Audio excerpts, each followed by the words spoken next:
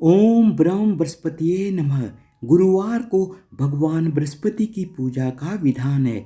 इस पूजा से परिवार में सुख शांति रहती है। जल्द विवाह के लिए भी गुरुवार का व्रत किया जाता है। गुरुवार व्रत की विधि।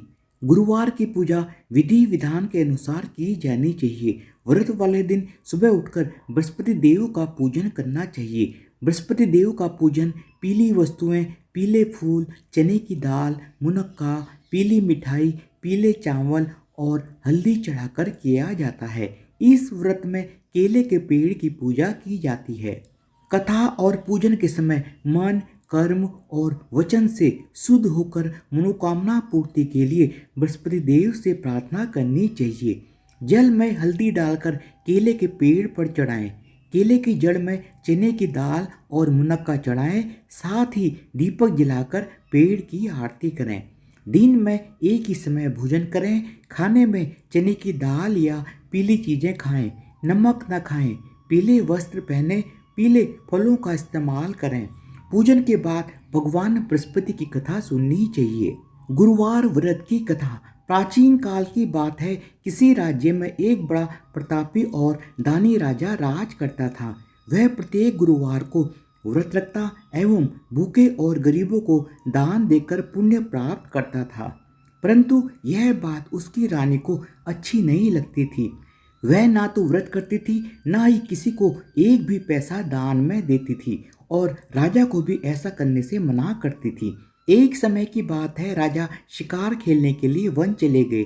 घर पर रानी और दासी थी। उसी समय गुरु बृहस्पति देव साधु का रूप धारण कर राजा के दरवाजे पर भिक्षा मांगने आए।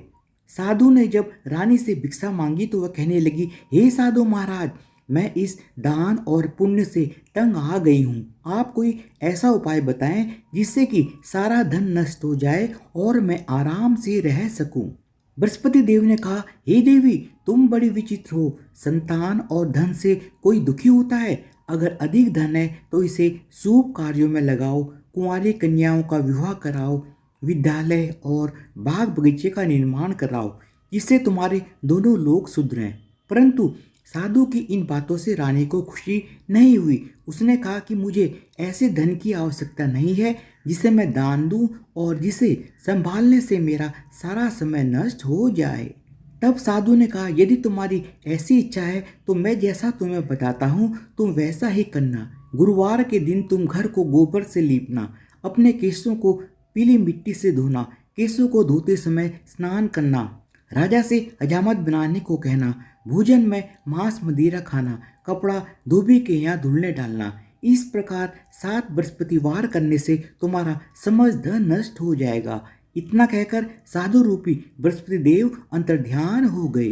साधु के अनुसार कई बातों को पूरा करते हुए रानी को केवल 3 बृहस्पतिवार ही बीते थे कि उसकी समस्त धन संपत्ति नष्ट हो गई। भोजन के लिए राजा का परिवार तरसने लगा।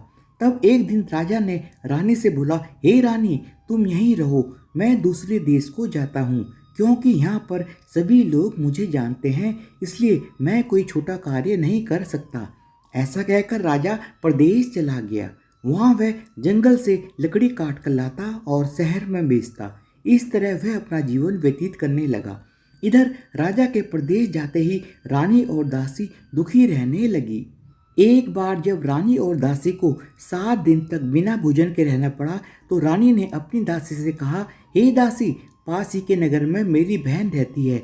वह बड़ी धनवान है। तू उसके पास जा और कुछ ले आ, ताकि थोड़ी बहुत गुजर बसर हो जाए। दासी रानी की बहन के पास गई। उस दिन गुरुवार था और रानी की बहन उस समय बृहस्पतिवार व्रत की कथा सुन रही थी।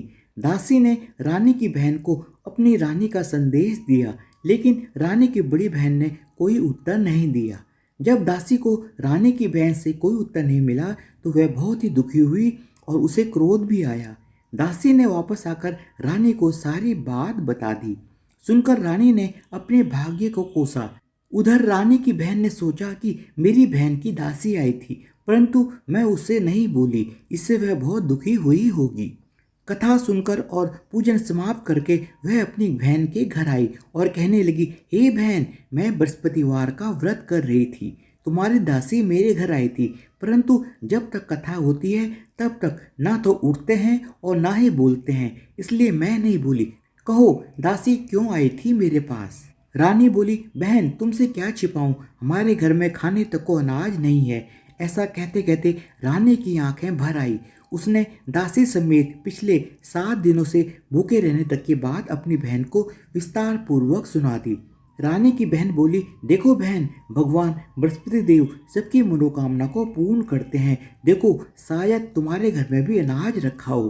पहले तो रानी को विश्वास नहीं हुआ, पर बहन के आग्रह करने पर उसने अपनी दासी को अंदर भेजा तो उसे सचमुच अनाज से भरा एक घड़ा मिल गया। यह देखकर दासी को बड़ी हैरानी हुई। दासी रानी से कहने लगी, हे रानी, जब हमको भोजन नहीं मिलता तो हम व्रत ही तो करते हैं, इसलिए क्यों ना इनसे व्रत की कथा और विधि पूछ ली जाए ताकि हम भी व्रत कर सकें। तब रानी ने अपनी बहन से बृहस्पतिवार व्रत के बारे में पूछा।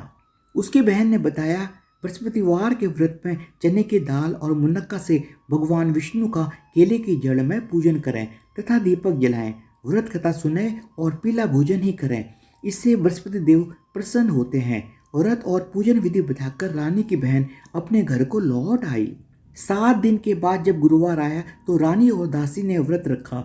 गुड़साल में जाकर चना और गुड़ लेकर आई, फिर उससे केले की जड़ तथा भगवान विष्णु का पूजन किया।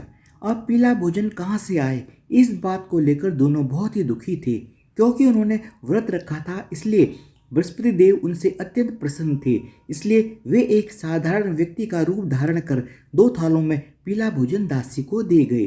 भोजन पाकर दासी अत्यंत प्रसन्न हुई और फिर रानी के साथ मिलकर भोजन ग्रहण किया।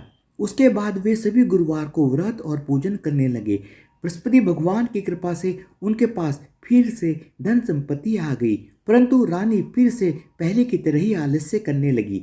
तब दासी बोली, देखो रानी, तुम पहले भी इस प्रकार आलस्य करती थी, तुम्हें धन रखने में कष्ट होता था, इस कारण सभी धन नष्ट हो गया, और अब जब भगवान बृहस्पति की कृपा से धन मिला है तो तुम्हें फिर से आलस्य होता है।